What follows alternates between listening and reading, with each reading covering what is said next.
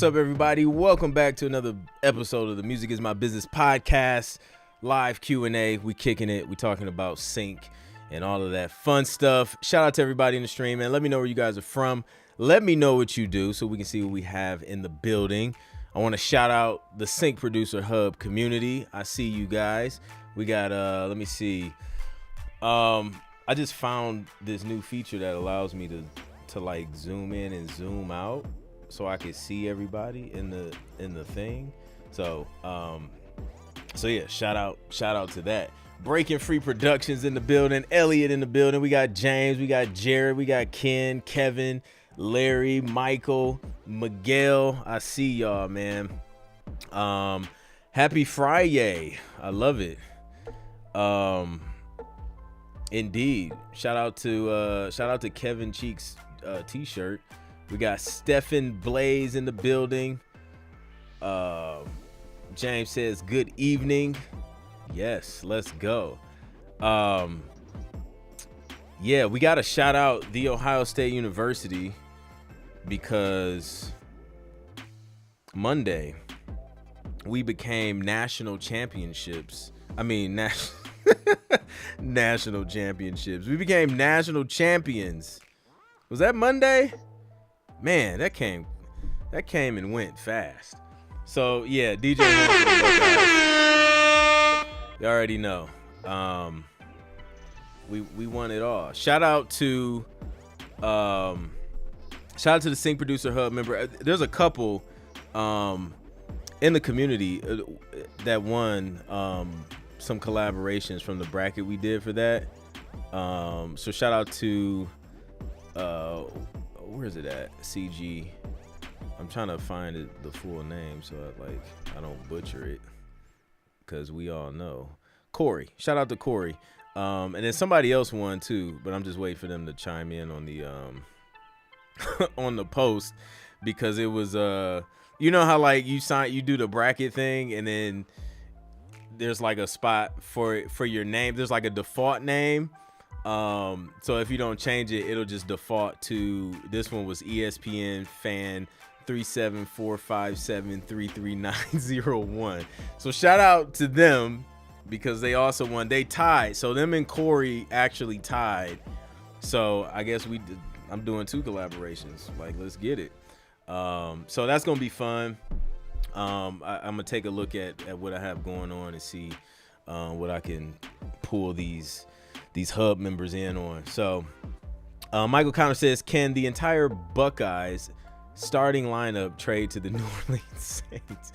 Listen, man, y'all can have what most people need to understand is that the Buckeyes are usually 2 to 3 strings deep. Like, y'all can have our entire second or third string and y'all might have a decent season. I'm just saying, man. Like, I think the last time we won a national championship, wasn't it with like a third string QB? Cause we had it was a lot going on that season, man. Like, I think somebody just decided to just up and go to the NFL. I think somebody got injured. It was crazy. And then third string QB just wins the championship. Like, it was crazy. But we got Vancouver in the building. Vancouver checking in. It's Slow Beats from Chicago. We got Memphis. What's up, Aaron from Memphis? Miguel says, I'm here for a few minutes because this country hasn't decided to get rid of daylight saving. Why is daylight saving still an issue?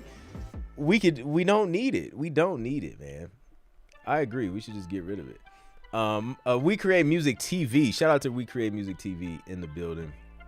Hope all is well, bro. Breaking Free says, what's up? So let's start off with some wins, man, from the community, Sync Producer Hub community. We had a couple wins. Let's talk about them. First one is from Michael Connor. Remember that Bossa Nova track with the guitar VST? Well, after not hearing anything and keeping it moving, quote unquote, I got an email last night saying they really liked the song and sent over a Schedule A form to sign the track exclusively. Officially My first deal since being in the hub. Thank you, Anthony Clint Jr., for all your gems, nuggets, and advice. Absolutely, bro. Glad I can help. Glad we can help, because it ain't even just me, man. This entire community is like sharing gems and nuggets. So I love it. Shout out to the Sync Producer Hub for this community of support. I win for one. A win for one is a win for all. Well, maybe except LW. Yo, LW just caught a stray out of nowhere. That is hilarious. LW, where are you? The legendary LW. Have you joined the stream yet? Side note, I also got confirmation I landed an acting role as an organist for a show on Netflix. 'Twas a great day yesterday. It's a double win. This dude is winning behind the scenes and on the scenes. That's crazy. That's a double DJ horn.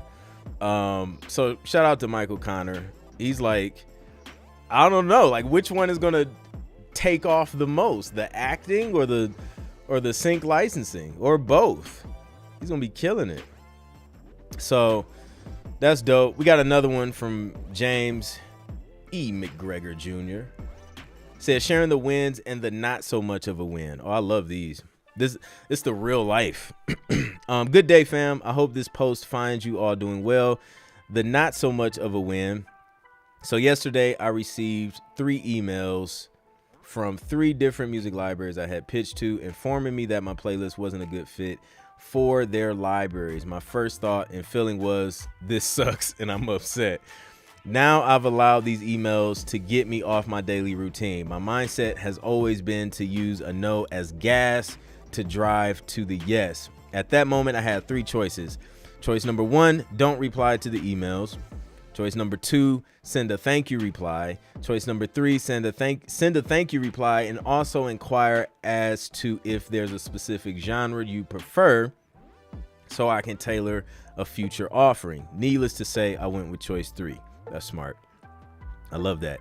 The win, a few hours later, ... Well, it was a few minutes later. Received an email from a dope music library congratulating me on my playlist I submitted to them. By the way, the same playlist I sent the other 3 companies. There is a lesson in this. The same playlist I sent the other 3 companies, and offering me a contract. Looking over the contract before I sign. Trust the process. The mindset is real. Let's grow. Listen, that is awesome. Congrats to James. A huge lesson in this, man. A huge lesson. Music is subjective, right? Like, whatever you think sounds good, whatever you think is like a good fit, it's subjective. It just is. Depending on who's listening, you never know. So you can literally have the same playlist of music during your pitch process, and some will say this is not a good fit, this isn't good, for whatever reason. It can be a variety of different reasons, and some producers will get discouraged and say, well, I guess sync is just not a good fit for me, and just give up. But if you keep going, just like in this situation, you'll find that somebody else will be like, oh, this is exactly what we need. And your win is like right there. So, and this is also why I always advise producers to like, yo, stop thinking. Like, don't do the thinking for the publisher. Don't talk yourself out of submitting because you think it's not a good fit, or you think a publisher wouldn't like it, or you think it's not a good fit, because again, you're not the decision maker at the end of the day. You can send that track. In fact, this actually happened to another TV placement mastery student. Shout out to James. He's a TV placement mastery dude. We got a few TV placement mastery students in here. But another one, Michael, he was going through a website, and he was just like, I guess the website was basically saying how the publisher was just like, they kind of focus on trailer music, and his thought process was like, man, I'm gonna just skip over it. like that's not really what I'm trying to do. I'll save it for later, if I want to get into the trailer space, whatever. So he just skipped over it. So, and that makes sense, right? You want to find companies that align with what you're trying to do. He just wasn't trying to do trailers at the moment. So we meet on the next week's live call, because in TV placement mastery, like we meet every week for like an hour, and we just like, we go over strategies and next steps and answer questions and things like that, and just dig really deep into, individual needs and concerns. So we meet on the live call, and he's sharing this with the whole group. So then one of the producers was like, oh yeah, I submitted to them, and I thought the same thing, but I just submitted anyway. And they ended up getting a publishing deal with that company. He was like, oh man, like he was like, I should have submitted. And we all kind of learned something at that point. We was just like, yo, at this rate, it don't even matter what we think. Like, bro, just send it. Because what ended up happening was the company was just like, yes, for years, we primarily focused on trailer music, but we've been kind of pivoting and trying to build a catalog that can work for a lot of different things. So they ended up catching them at a good time, because the company was pivoting, and you just never know like what's going on behind the scenes. So that was crazy, man. And it just goes to show you, like, just submit it, see what happens. So I love it. Dope stuff. G5 says, hello everyone, and congrats to James on his recent library acceptance. We got Garvey in the building. What's up, Garvey? So yeah, with LWs, either everyone wins or nobody wins. Voter fraud. I know, right? Norway in the building. What's up, Norway? Brian, we got Aaron. Brian, what's up? Indeed. Daylight savings is a scam. I agree. It is. I agree. So yeah, no problem, man. Glad I can help. Let's get the band together. We're hitting the road. I know, right? So that's it, man. Those are a couple wins I just wanted to share from inside the Sync Producer Hub community. Let's go to syncproducerhub.com if you want to get inside this dope community and get these placements, man. It's 2025. It's time to level up. Stop wasting time. Stop procrastinating. Learn proven strategies to help you monetize your music and give your music purpose, man. A lot of you are like just super talented and have fire music, and you're just the only one that gets to hear it and enjoy it, when there's like a bunch of TV shows that need music and millions that will hear it as a result of it being on that show. So give it some purpose. I'll show you how to do it, and we'll give you the support along the way inside the community. So let's take some questions, man. Whatever questions you guys have, drop them in the chat. If you're a Sync Producer Hub member, you can raise your hand if you want to be brought up on video or audio. I'll bring you guys up. Let's dig into some questions. We got Elliot, man. Let's bring Elliot up.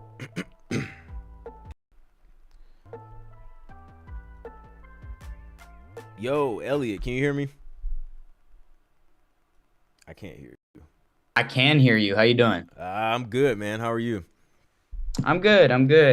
I've just been kind of in the process of starting my submissions and about to, get into emailing all these companies. And it just, every step of the process leads to one more just like super quick question.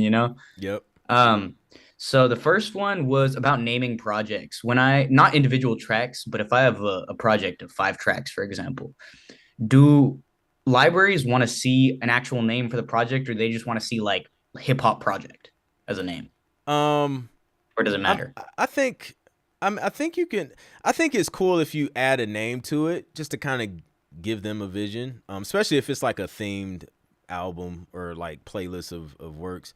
I don't think it can hurt if you just kind of come up with it, and they may come up with their own name or whatever. Sometimes it doesn't matter. Like if they're just asking you, hey, we just want 7 tracks, or putting the album together. At that point, it doesn't matter, because they're gonna name it whatever they want to name it. Gotcha. But if I'm sending in my own album, just saying, hey, check out this project, I should, probably give it a name, something that has to go with the tracks. Yeah, probably make more sense. Makes it seem intentional. Yep, 100%. Yeah. And the other quick question I had was, how I've been some tracks that I've been working on with other people. So obviously in the metadata, I'm making sure to put percentages and all that. if there's no other composers on the track and my information is the only one in the metadata, do I still need to designate 100%? I know it doesn't really matter, or do I just need not even need to include that info because they'll know that that's 100% to me. Just put 100%, just so Okay, it's clear. Yep. got it. Okay, Yep. cool. Yeah, that was honestly those were the only two questions I had. I just, you know, wanted to pop in. I always love these podcasts, so Dope, man. We'll keep crushing it. Love it. thank you. All right, no problem. Dope, dope, dope. Be rad. Since it's about time to submit to libraries for March Madness, I have 12 new cues.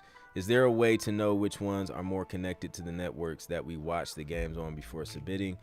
Not really. Honestly, man, they kind of cast a broad net across a lot of different libraries. And I mean, I feel like most publishers have some type of connection when it comes to a lot of these sports networks and March Madness and all of that. They kind of, cast a broad net, so or wide net, whatever the saying is. But yeah, I don't think you can go too wrong with pretty much any company.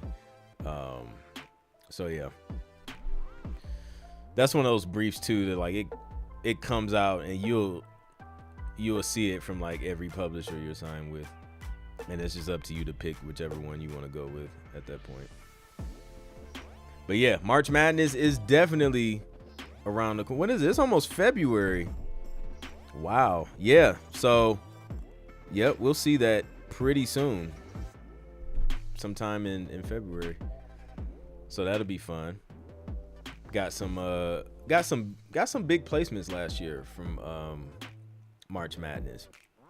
So I'm excited to see what happens. That's a good opportunity too to kind of get multiple placements like at once, because I think they go through so much music, and like during those selection shows they will stretch a use out and just keep repeating the thing. So some good opportunities there.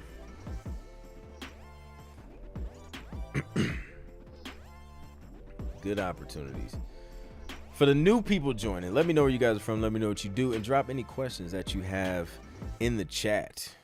I have not had time to follow up on to do some research. I was supposed to see if I could find some music from the CEO of, what was that, Suno, that said making music is hard and it's not enjoyable. I haven't had a chance to do that yet. But yeah, I do want to do that. That is like a goal of mine officially. Because it piqued my interest. Also, I'm excited because later today for the live music reviews, we are doing 90s and 2000s themed reviews. That is going to be fun. I can't wait to hear that. G5 says, do you know if there are other genres other than high energy hip hop that might somehow be suitable music for March Madness? Oh yeah. Let me see if I can pull up an old March Madness brief and read something I seen from like last year. If just to give you an idea of like the styles of music.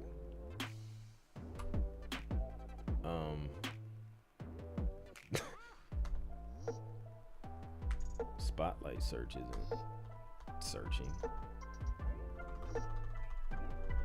Let's see. Oh, now, okay, now it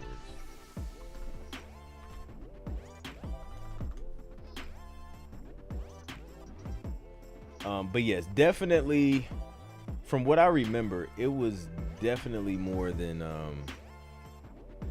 hip hop. It was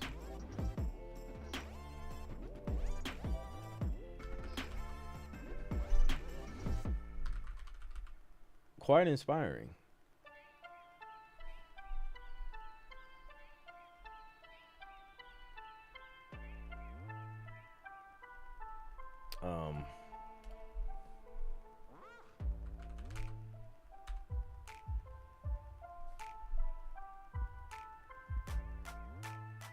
Now I can't find it.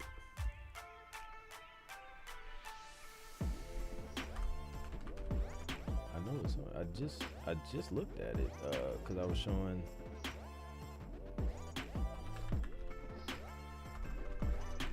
I just had it, and then I kept typing, and it went away. There we go. Okay.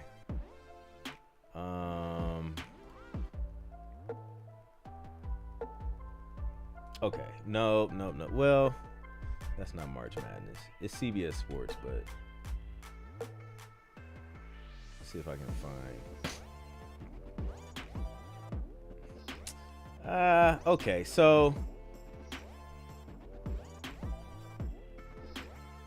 it's not March Madness, but it's basically the same thing, honestly.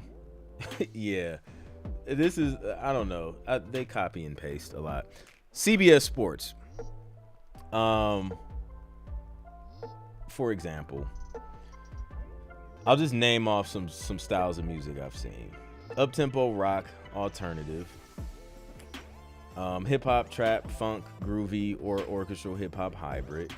Funk, dance, pop rock, electro pop, and alternative. Groovy genre hybrids welcome. They like the word groovy. Tropical house, uplifting pop. Top 40 pop, but not bubblegum pop. Modern funk, pop hip hop, tropical house. Anthemic rock and hip hop vocals, upbeat, energetic top 40 vocals. Lyrics should be sports related, such as winning, being the best, or unstoppable. So a wide range of styles of music, just to give you an idea. Lamar Franklin says, Clint, what do you think of the Tool God Particle? I heard it used on a mix before versus after. I haven't really, I've seen it, but I haven't used it at all. And I haven't really like watched the video and just like, heard a comparison.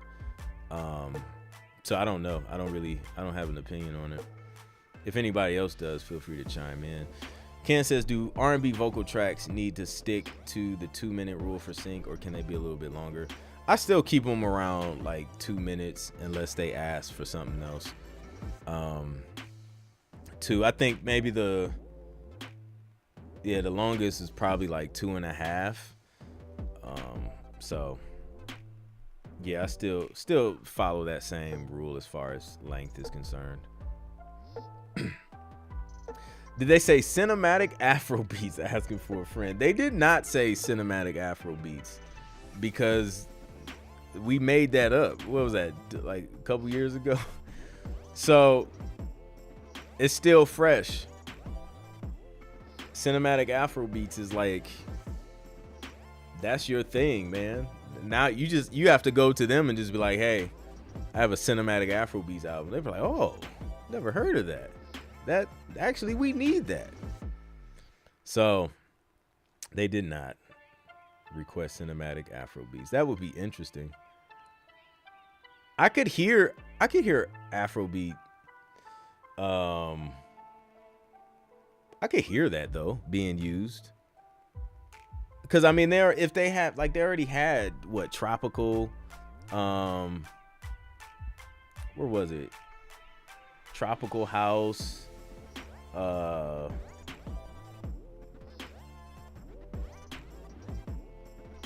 dance, electro pop, funk, groove. Yeah, so I mean, honestly, you can be anywhere in between any of those, and that's gonna be hard to really go wrong, I think.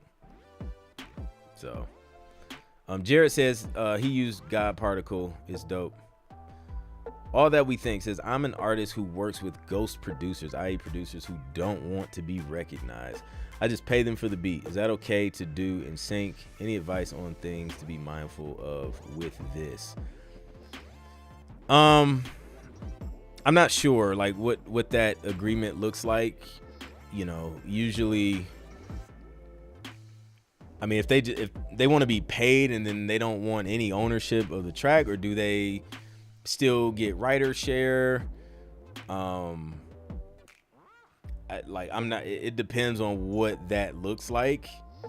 Because anything in sync, if there's any other writer involved, they're going to need their information to be able to clear it.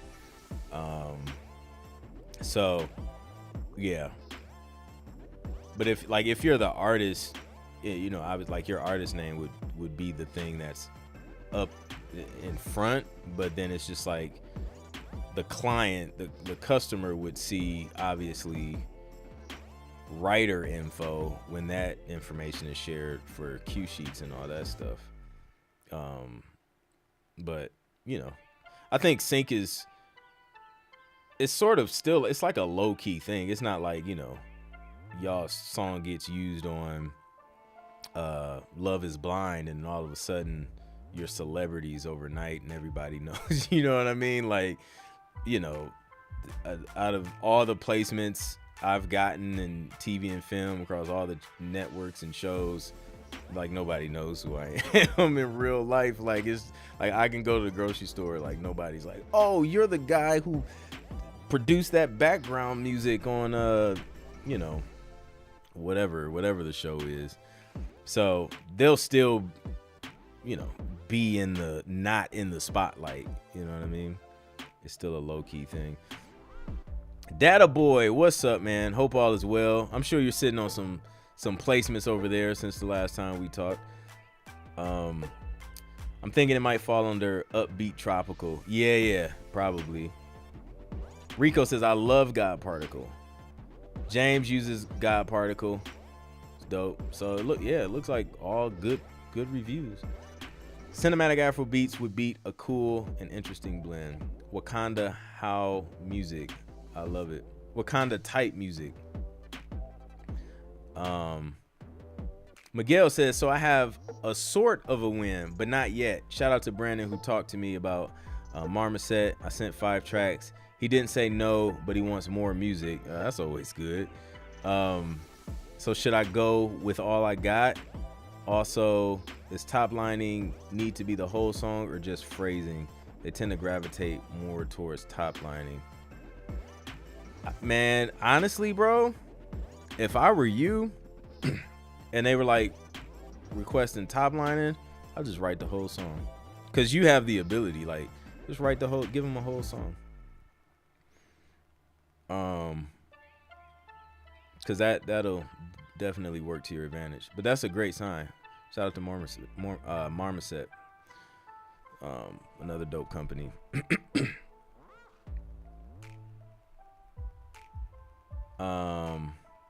Flair says, what's your most unexpected placement yet? Mine was sound design in Star Wars Andor. Most unexpected placement.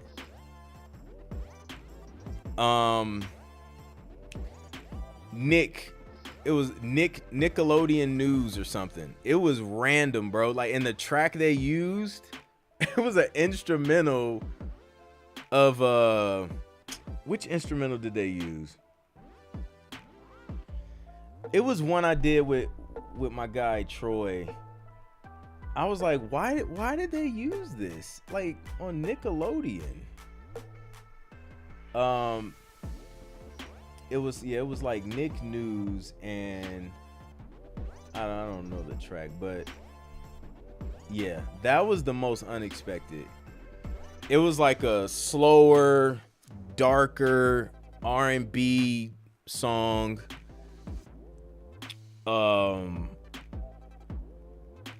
Random. It was just random. Did not expect that. So I think that was probably the most unexpected. I'm trying to think if there's any other ones that was just like, really?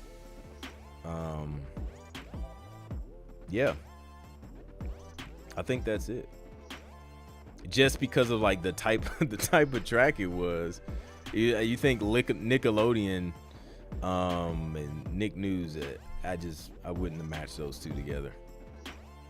I thought about buying it, but I hesitate to do so because I have Ozone. Still interested in it though. He just gives me exclusive rights and doesn't want his name used anywhere. Oh yeah, I mean that. Yeah, I don't know, like, cause yeah, he would have to. It's cool that it's exclusive rights, but since he's still a writer, you have to sign off. Unless you guys do some type of like work for hire agreement that says, hey, you know, you own all of this, and then he wouldn't be entitled to any royalties at that point, and then you would just, you know, take the music and put yourself as 100% owner. But then with that being said, you would also have to make sure you have all the stems so you can create alternative versions and stems and all of that stuff, alt mixes, all of that. So Zim Zada's in the building. What's up, Zim? I used Got Particle on my master bus. Dope. There's a lot of people use it. Obviously I've been sleeping. I got a new song with Bone Crusher. Shout out to Data Boy. I knew it. Listen, anytime you see Data Boy in the room, just know he's been out working and he's about to talk about some new wins. Every time. If it's not on YouTube, it'll be on Instagram Live, which I don't really go live on there a lot. But there's a win happening, I'm telling you.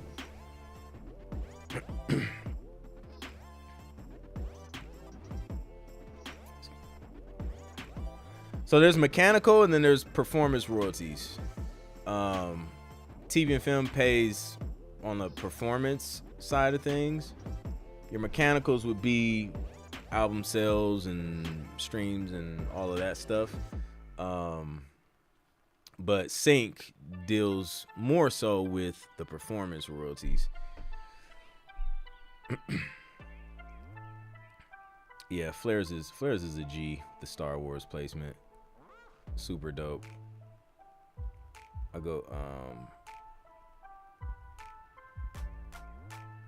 was checking my BMI royalties and I don't see if the upfront money on there. Does the upfront money show on BMI statements? No, they don't. So usually you will get your upfront money directly from the publisher or the company that is licensing the track. Like, you know, sometimes, like I've seen them from music supervision companies and I've seen them from publishers. Now, when that comes depends on how their accounting is set up. Some companies it's quarterly, some, you know, biannually. So it just depends on how they have their accounting set up and how that stuff is paid out. Some they'll just, you know, whenever they get paid, you know, then they'll just kind of forward the check or whatever. So it just depends. Master plan. I heard of that too. Gabba Music Works says, would you rather make one full featured song a month or 4+ production music style? I'd rather do 4+ production music style. In a month? Cause it's just numbers. Like, that's 4 chances. Even though like a full song is dope too, but it's still only 1. You know what I mean? So I think I would take my chances on the 4+ production music.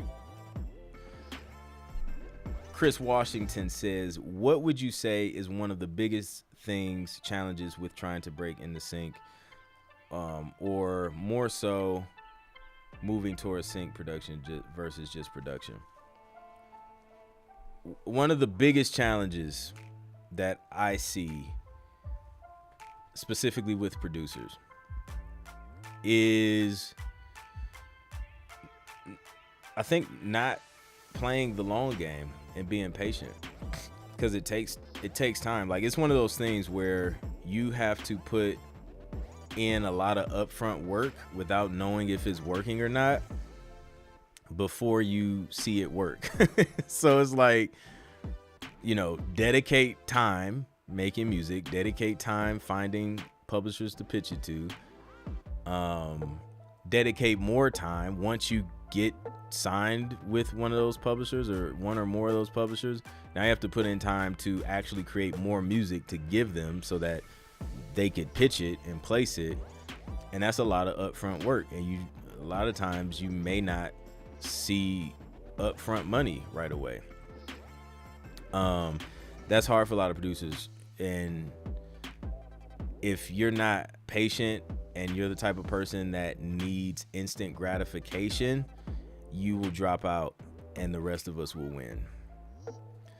That's just the reality of it. So if you can just keep going and obviously learn what works, learn how to structure music, learn what publishers are looking for, be willing to adapt, adjust, and create a bunch of annoying stems, you'll be all right. But I think those are like, I think that's like one of the biggest challenges, man. It's just like it doesn't pop off right away, and then there's like, it doesn't work. Like, it works. You just have to keep working until you see it work, and that may take months. It may take years. It's just one of those things. But if you can get past that,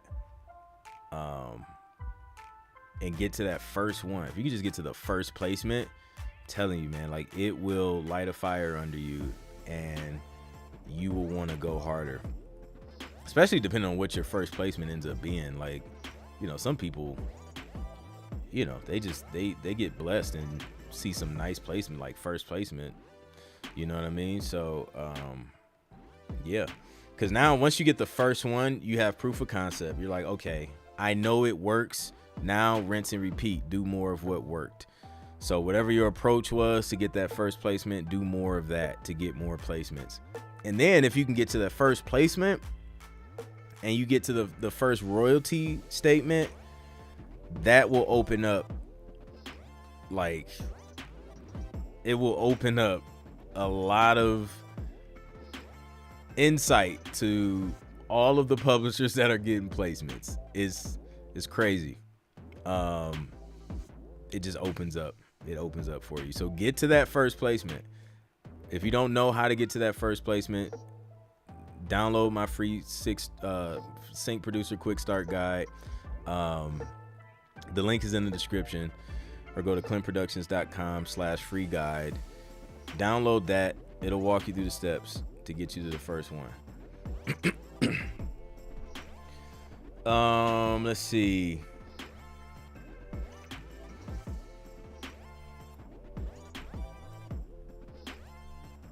Miguel, going in on this topic. I write music and do my own vocals, as y'all know. Yet, in the time I make one song, I can make 4 to 5 instrumental tracks. Should I focus on instrumentals and make songs when requested on briefs? That's kind of my approach. Is just because you can, like, if it's easy to know like what instrumentals work. Or if like songs, like we just read the brief earlier, it was just talking about sports songs, Winning, Unstoppable. What was one of the something, Being the Best. Those themes work. So you could like write songs like that whenever you have the time to, because like this is something that I know is going to get requested, versus just trying to figure out like what do they need, what are they looking for. But yeah, like, I think that is the dope part about being a producer, is no matter what, like if we can't find a vocalist, if we can't find a songwriter, like worst case scenario, we can still make money with our instrumentals and produce instrumentals and know that there's an opportunity for that stuff. Whether it's video games, ads, TV shows, movies, whatever, corporate stuff, documentaries, so much instrumental music is used for that.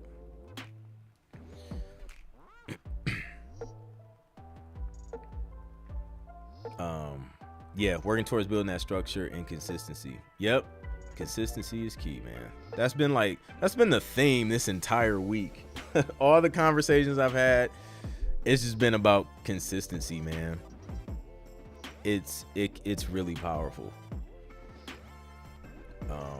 I'm hyped and looking forward to getting to these placements. Just joined today. Let's go, Rico West, a new Sync Producer Hub member. I love it. True, that cue sheet has a full list of libraries for free. For free though, just all of them, and they get placements. Because their placements are on the cue sheet. It's crazy. My bad. I said royalty statement earlier. I meant to say cue sheets. So I don't know if every PRO displays cue sheets, but I know ASCAP does. I know CSAC does. They give us access to the actual cue sheet for any episode we had music placed on. Royalty statements, you're only going to see the placements you got. My bad. I probably just freaked everybody out. Like, what? Like, my information is on everybody's royalty statement? No, it's the cue sheet. So if you get access to the cue sheet, it will show episode title, air date, all of that stuff, and then it'll like list out all the music that was used, the writers and the publishers. So then you can just go to those publishers, Google, see if they have a company, reach out to them, all of that. It's just right there. Miles says I'm signing up next week. Let's go. Love it, man. So yeah. Shout out to all the new Sync Producer Hub members. Welcome to the hub. Welcome to the fam. A super dope community helping you learn how to produce, prepare, and pitch placement ready music, man. I love it.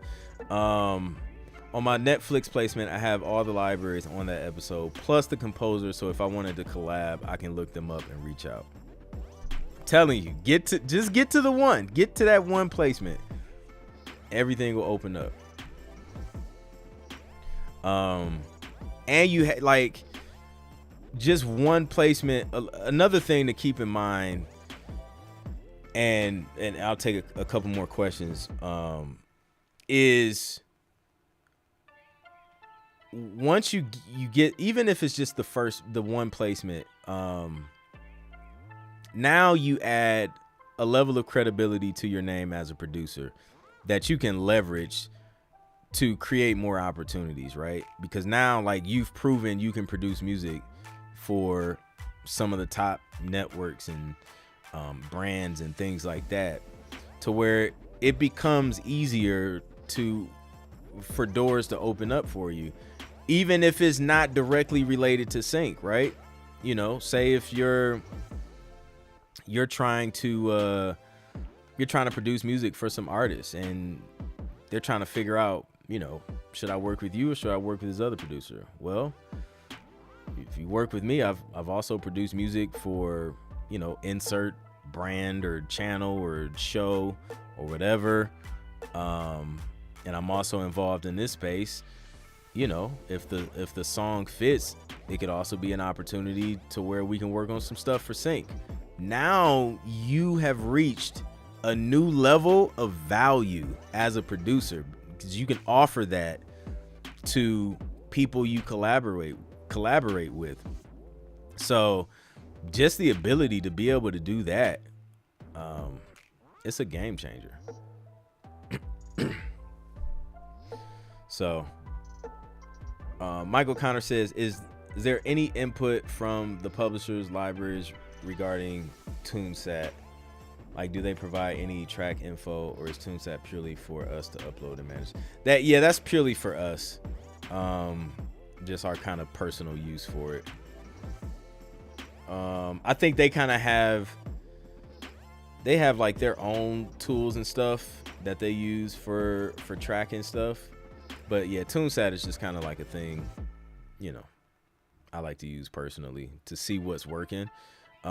Which goes back to the whole patience thing. It is hard to like continue to do something or like continue to create tracks and send it to a company. You're like, I don't know am I wasting time? Should I give them more tracks? So like my strategy is, if I start working with the company, I'll just take like a batch of tracks that I've sent them and upload them to TuneSat and just see, like, let's see if some stuff starts to pop off. And I'll continue to send them more tracks over time, but that gives me an idea of the companies, the publishers that are working out for me. So if I'm seeing placements from certain publishers, now I know, okay,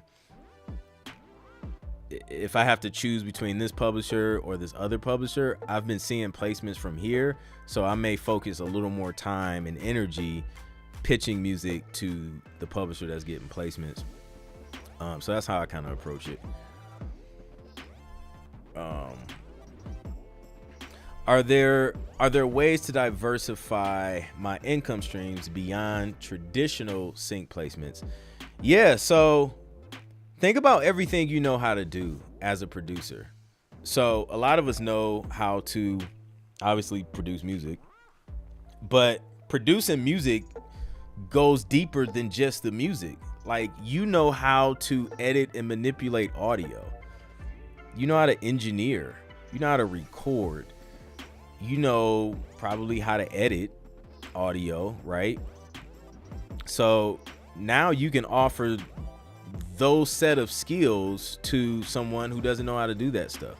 There's people who need podcast editing. There's people who may have like an audio file, but there's like some wind or scratchy noise and they want to clean it up, or they have an audio file that's just super low and it just need to be turned up. You know what I mean? They don't know how to do it. And you can do that. I've done projects like that, just like freelance gigs that allow me to use the skills that I already have. So that's a way you can diversify that. A lot of us mix our own music, you can offer mixing just as a standalone service. You can, if there's somebody, like, say you're well versed in a particular DAW, there's people who there are people who retire and they're like, yo, I'm retired from my corporate gig. I always loved music, but now I have more time to focus on this. They will literally pay you to teach them how to use a DAW. They will pay you to teach them how to set up their home studio so they can just tinker around and just make music and just, do what they love to do. But they just don't know how to connect all the wires and the cables. You know what I mean? They'll pay you to do it. So like if you're well versed in a DAW or software, you can offer tutorials on that. There's a lot of, just a lot of different ways. And then beyond just regular syncs, there's corporations that need music. Usually they kind of go to website, like stock music websites and stuff like that, but you could place your music in some of those places to where, you can see consistent one-off, like smaller licensing fees for projects like that. You know what I mean? So that's a way. Audio editing, sound design, mixing, all those things outside of sync, you can create some income streams with. Let's see, I got time for a couple more questions. Aaron says, when working on a set of tracks, theme or not, is using similar sounds arrangements for the tracks just a part of the process, or is that something that should be consciously avoided? I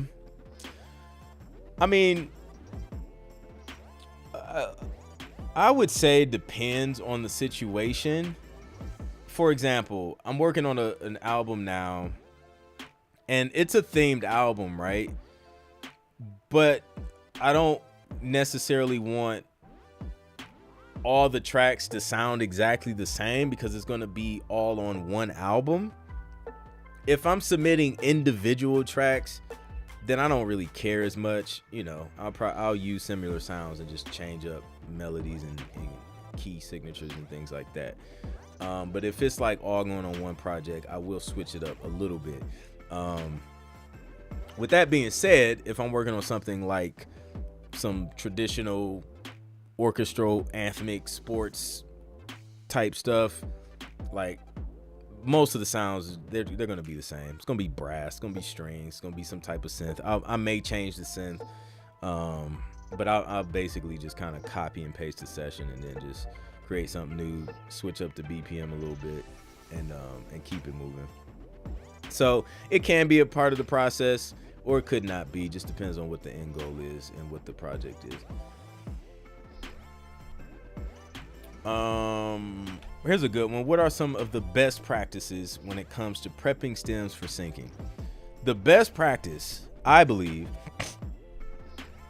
is first off, organizing your session.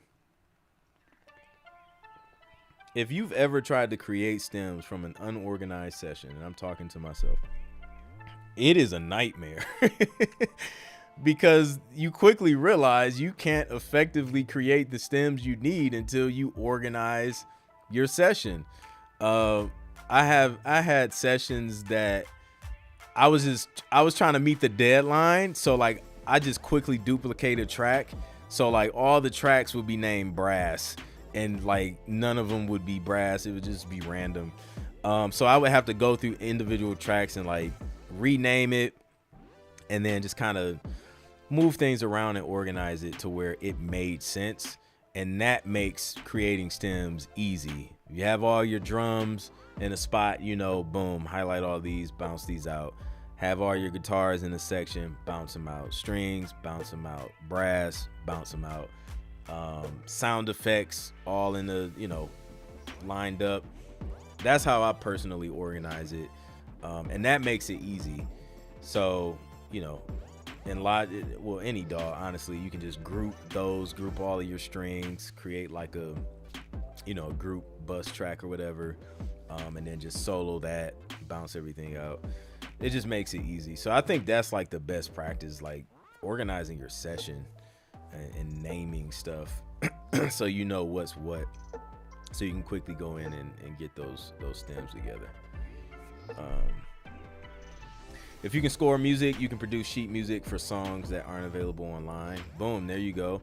A previous TV placement mastery student, he was a producer and a songwriter and a singer and a guitarist and like a lot of things apparently.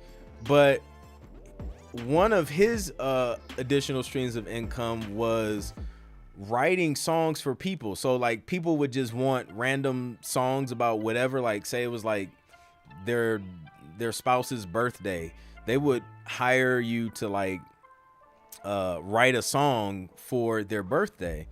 He was making a killing doing that. Like he was like knocking out the sync stuff while we were coaching, and he was just like, yeah, like, you know, I just wrote a bunch of songs for you know, the other little thing I did. He was crushing it. So that's another thing, man. Just like outside of sync, writing songs for just everyday people who just can't write songs, but they want like a custom song for a special occasion or for a special person in their life. He does well with that. So that, yeah, another great opportunity. Sent a message to music supervisor and I mentioned my Netflix placement. He was very responsive and wanted to listen to more of my music. Instant credibility. Like, cause most people don't know, like, how do you get music on Netflix? Like, how did you even do that? Most people don't know how to do that. So like, they figure, yo, if you got your music to that point and it got placed, you understand how this works. You know what I mean? Unless it, you know, sometimes it happens to where people just stumble upon a placement. That could happen just because they were involved and, you know, it just worked out that way. But yeah, it's a great look. I used a first playlist. I used a first playlist and didn't hear back from a bunch of companies. A second playlist got accepted, but I have revisions. Do I need a third playlist to circle back to the original companies? If you didn't submit the second playlist to the original companies, I would submit that one, especially since it got accepted. Well, if the whole thing got accepted, I guess you got to create another one. I would.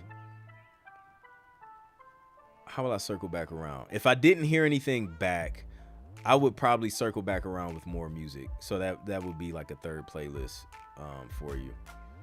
That way, when you're reaching back out, it's like, it's not like, hey, did you get a chance to listen yet? It's just like, hey, I'm still working. Here's some more music, and it just shows you're not stopping. You know what I'm saying? Like, I'm gonna keep creating whether you hit back or not.